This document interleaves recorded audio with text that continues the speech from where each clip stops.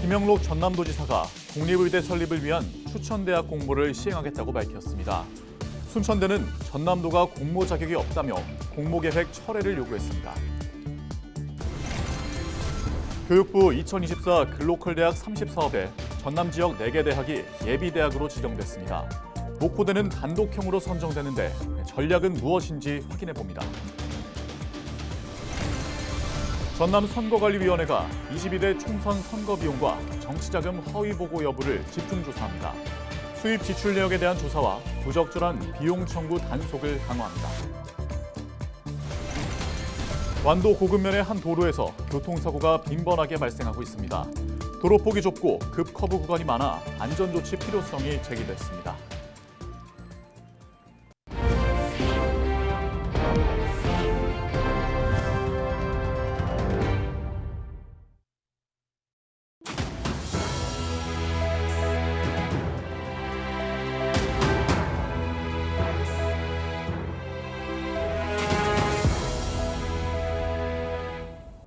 시청자 여러분 안녕하십니까? 헬로티비 전남뉴스입니다. 김영록 전남도지사가 공정한 의대 유치 공모를 시작하겠다며 과도한 경쟁을 지양해달라고 호소했습니다. 탈락한 지역에 대해서는 균형 발전을 위한 보완 대책을 내놓겠다고도 말했는데요. 순천대는 전남도의 공모 자격을 문제 삼으며 공모에 참여할 수 없다는 입장입니다. 보도에 서경 기자입니다. 17일 기자 간담회를 연 김영록 전남도지사. 전남 국립의대 설립을 위한 추천대학 공모를 전문가 참여하에 공정하게 진행하겠다고 발표했습니다. 동서부권의 논쟁과 대립이 지속된다면 국립의대 신설 문제가 어떻게 될지 장담할 수 없다며 한 대학을 꼽는 공모 방식이 최선이라는 입장입니다.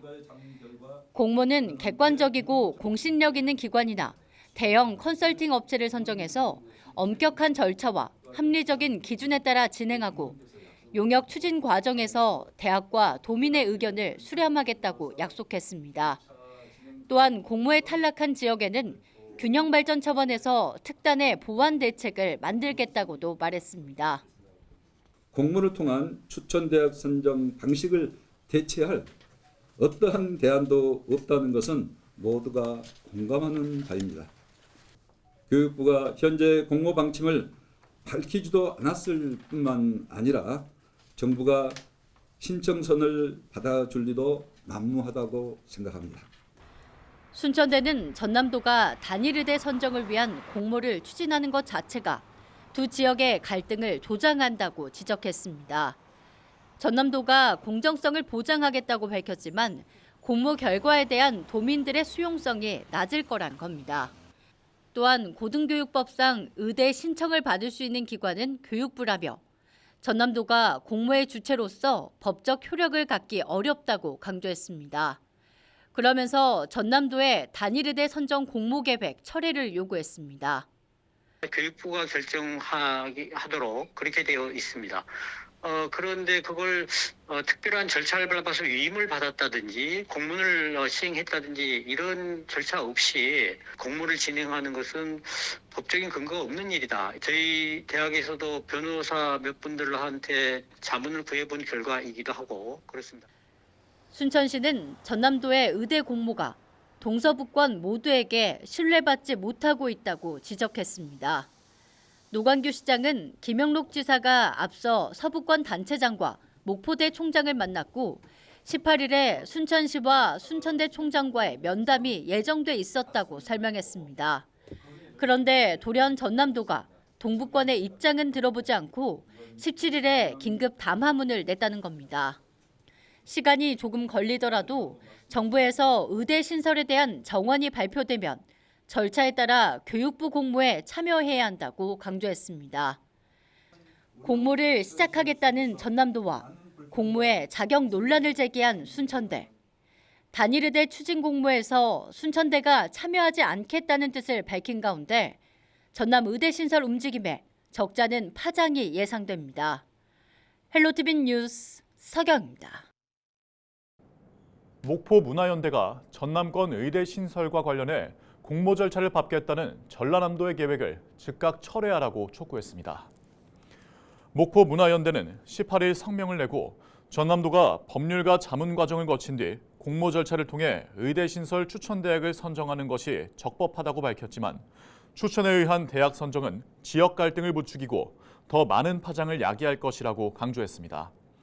그러면서 목포대는 지난 1990년 전남에서 처음으로 91학년도 대학 정원 조정 신청서를 냈고 약 30년 동안 20여 차례에 걸쳐 의대 신설에 도전했지만 번번이 고배를 마셨다며 절호의 기회를 맞는 상황에서 순천대가 갑자기 끼어들어 걸림돌이 되고 있다고 주장했습니다.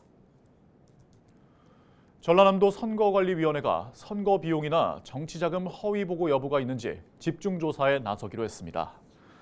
전남 선관위는 22일부터 도위원회나 각 시군 위원회별로 수입이나 지출 내역을 집중조사해 가격 부풀리기나 축소 또는 누락, 허위 보전 청구, 이면 계약을 통해 뒷돈을 주고받는 행위 등 부적절한 선거 비용 청구에 대한 단속에 나서기로 했습니다.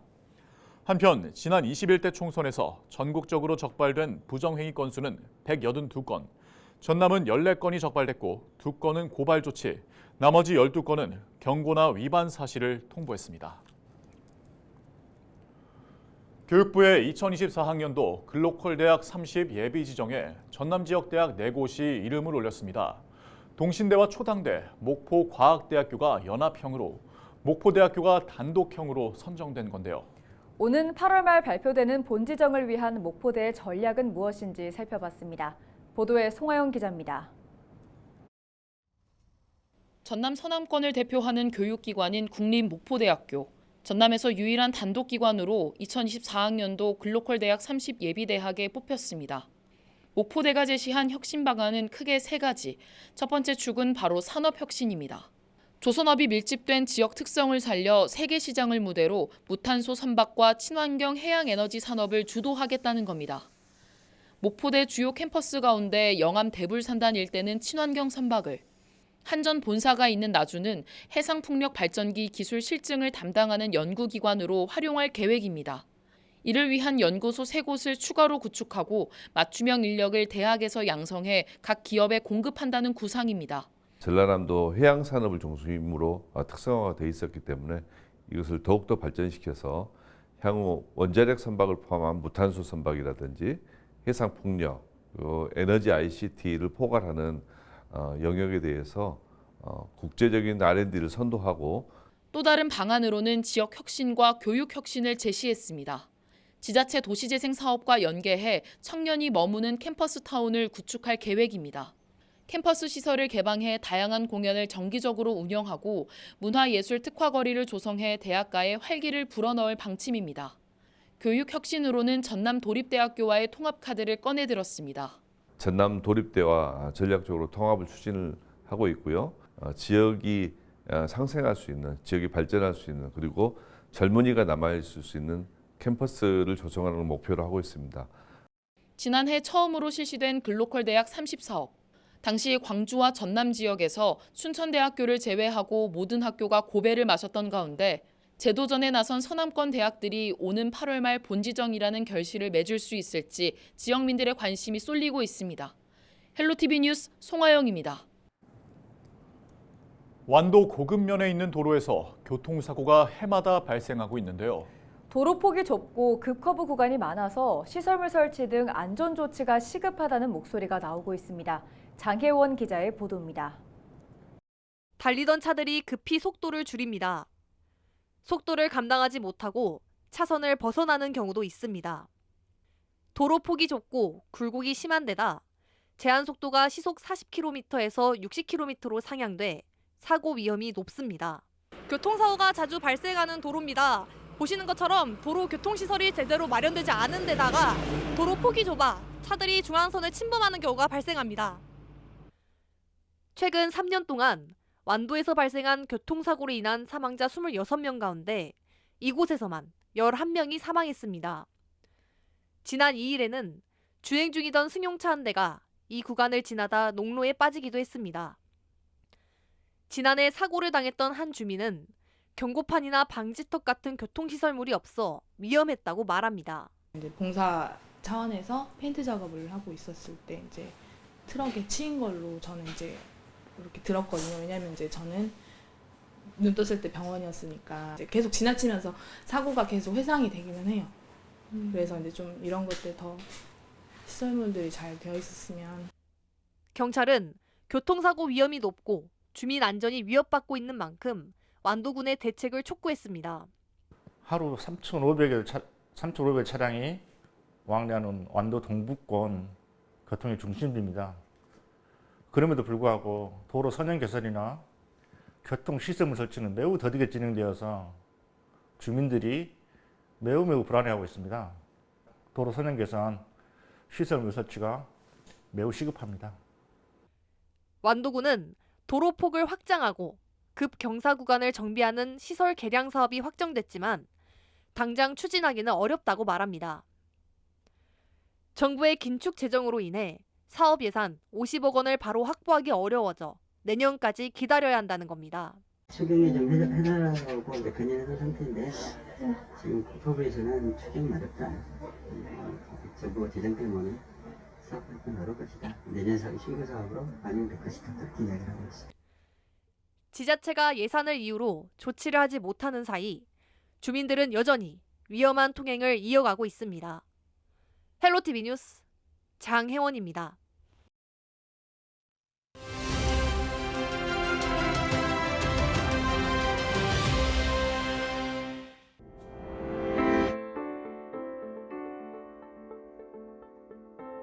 인구 절벽 앞에 놓인 대한민국에 한 줄기 희망의 빛이 보이기 시작했습니다.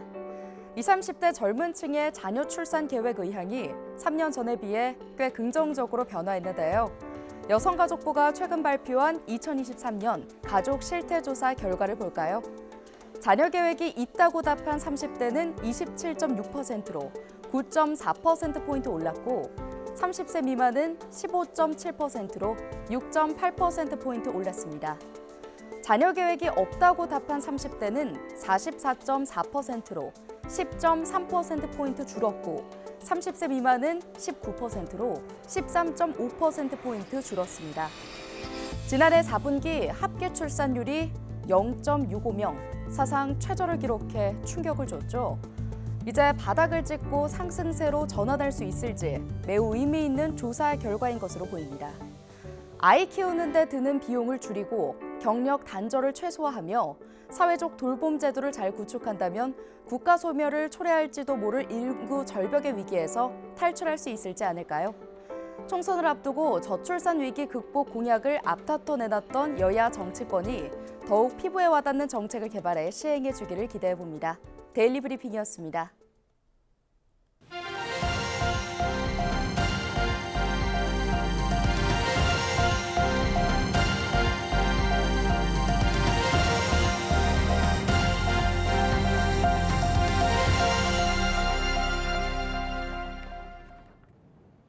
순천 일대에서 95억 원대 전세 사기를 벌인 일당이 검찰에 넘겨졌습니다. 순천경찰서는 조례동 대단지 아파트와 전세보증금을 떼먹은 혐의로 임대사업자 41살 A씨와 공인중개사 등 3명을 구속하고 2명은 불구속 상태로 검찰에 송치했다고 밝혔습니다. A씨는 지난 2020년부터 자본금 없이 전세보증금을 받아 주택을 구입하고 다시 전세를 놓는 무자본 갭투자 방식으로 공동주택 218채를 사들이고 보증금을 돌려주지 않은 것으로 확인됐습니다. 피해자는 137명, 피해 금액은 95억 원에 이르는 것으로 파악됐습니다. 장흥군 관산읍 청관산 잔디구장에서 열린 은민의 날 행사에서 80대 여성이 갑자기 쓰러져 심정지 상태로 병원에 옮겨졌지만 끝내 숨졌습니다. 지난 17일 저녁 6시쯤 열린 행사에서 경품 추첨을 기다린 80대 여성은 갑자기 쓰러졌고 사망 당시 특별한 외상은 없었던 것으로 알려졌습니다. 경찰은 목격자 진술과 의사의 검사 소견 등을 토대로 정확한 사망 원인을 조사하고 있습니다.